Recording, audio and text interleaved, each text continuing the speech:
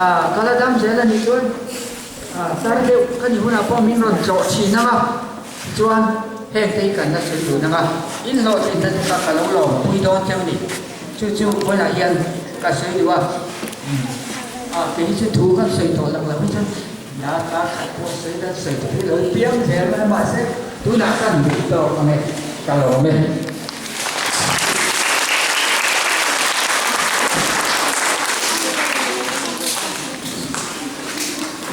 Thank you, our respected former principal, for having been spoken out very inspiring message. We thank you very much. And before we proceed our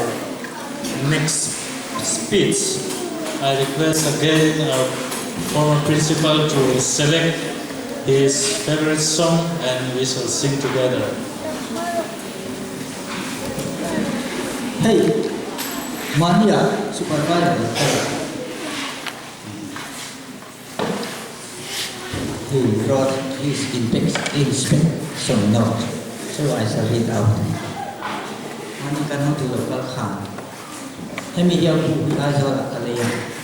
Makan exercise kasih kerja kan untuk bilawa azal kalian kasih share. Poin zoom ni lu. Ni ani cuma yang patian pun ada apa yang ini North East Khawdungsei. Kalau orang cakap kan ni lap maya biar tu pas kalau principal teaching staff yang ini orang sini cakap maya kalau orang kita cakap kalau san committee le school staff ten tu cuan dan buat saya biar tu pas kalau kita nak COVID ni tak ini kau ni tu cuan ni kalau function kan dia sekolah penting zaman lamin aneh nale Tia an Tia amu namin angay nambo sikul ko atang kati mula dang pui etiang ani pakana zilai te ate bere chama lian senin an fine an tiang dim kanina school discipline an gong chadeti an jet ve na le ti dan chang ni thei atumna management board teaching staff te tho ho na acha an na tho chang ni thei palina ko curricular activities lama an aya ticha an omari nomlo pana teachers attendance and hikania an attendance acha paruna school building san nei lawin ocean sunday school building an da job here building hen nei se building han nei se building san nei se school chat de wala ni nam patianin an mo ala pe de an ti ka besi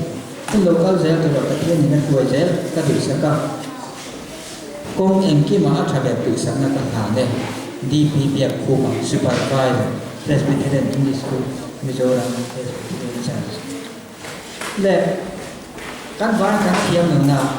uidu kan saya